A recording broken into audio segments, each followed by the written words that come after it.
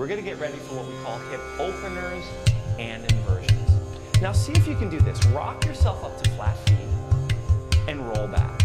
If it feels good with your spine, do that 4 or 5 times. If it does not, simply transition back to downward facing dog. How you guys doing? You feeling good? Yeah, the AC feels good, doesn't it? Come back to downward dog pose. Now to get into half pigeon, please raise your left leg back into the sky. You're going to draw your left knee to your left elbow. Keep the knee where it is, but take the ankle across to your right wrist. Now put your leg on the earth. Bring your forearms to the earth. Slide right back into your half pigeon. Good job.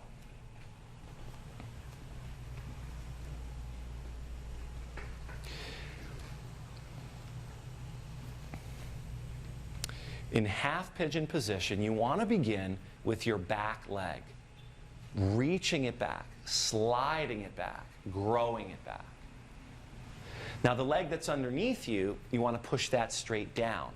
So you're active in the pose. You're not passive. You're doing something and moving your energy through the pose. You're also breathing. You're breathing in deeply, and because your body has been opened to the degree that it has, your breathing is a little bit easier to source.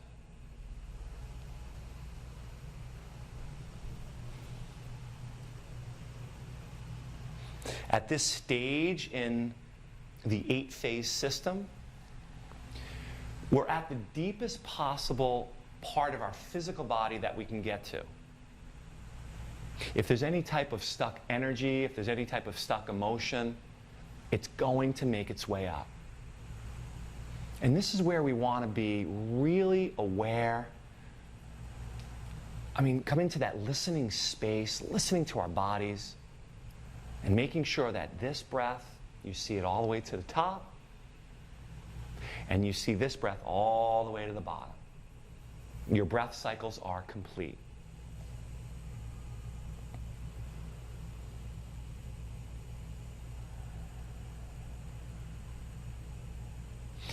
To come out of the pose, you're going to walk your hands back where your elbows are and just lift up the chest like an up dog. Curl your back toe into the mat and send your leg back to 3-legged dog. Go ahead and reach to the sky. Reach all the way up there and just like you're trying to reach for something in the ceiling. Go ahead and reach up and release your foot. Now for your second side, you raise your leg up, you draw that right knee to your elbow. Take the ankle across to your opposite wrist and place the outer part of your leg down, just like on the other side. What you might notice, though, is that this side feels nothing like the other side. This side might be a little bit more open. That's fine. There's an old saying that nature abhors a straight line. You walk into this class out of alignment, and you're going to walk out of alignment. What we want to do is place ourselves to the best of our abilities in the pose and just let go. And you know that's really hard. But it's absolutely worth it.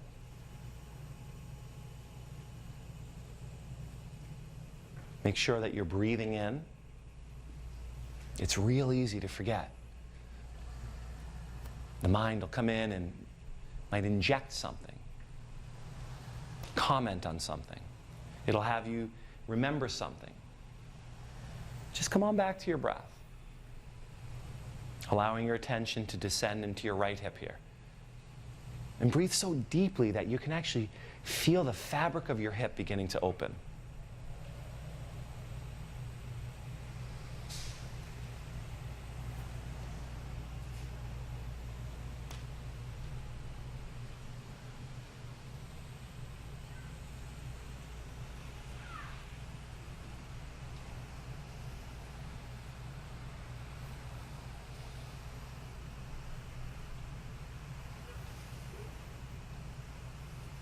To come out of the pose, you're going to bring your hands back where your elbows are.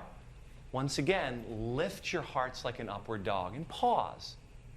Curl the back toe underneath and send your leg back up into 3-legged dog. Again, you're going to reach that leg up there and Just wag your leg all the way up in the air. And notice there's really nothing up there stopping you. There's nothing up there but space.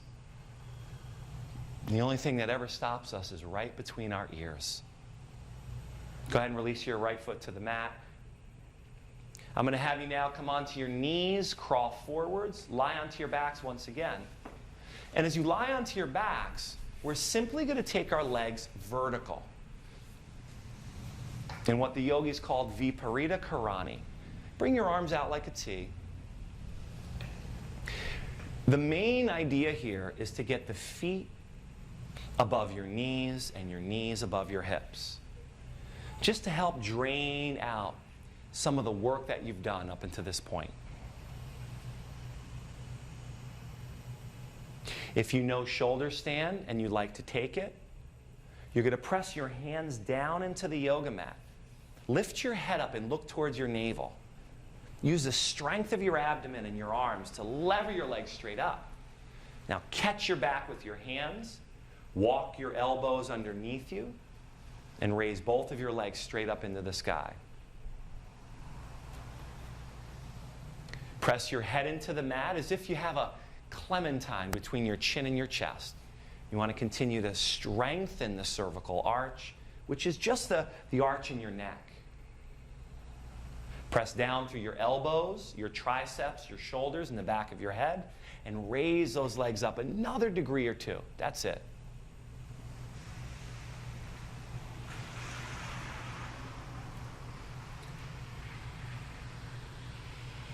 From here, I'm going to have you come into Plow Pose.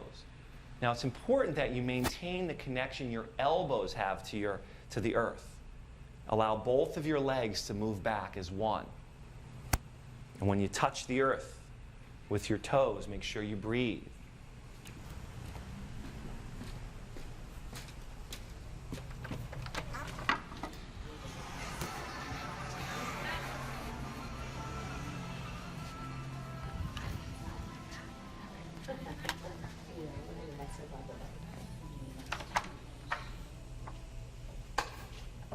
Nice, looking good, guys. Picture perfect.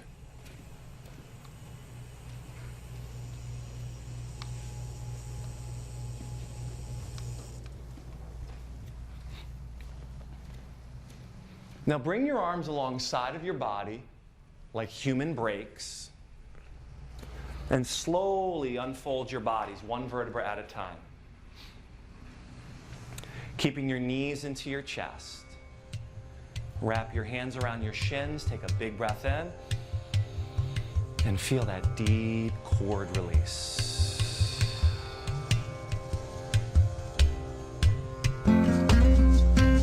This brings us into our final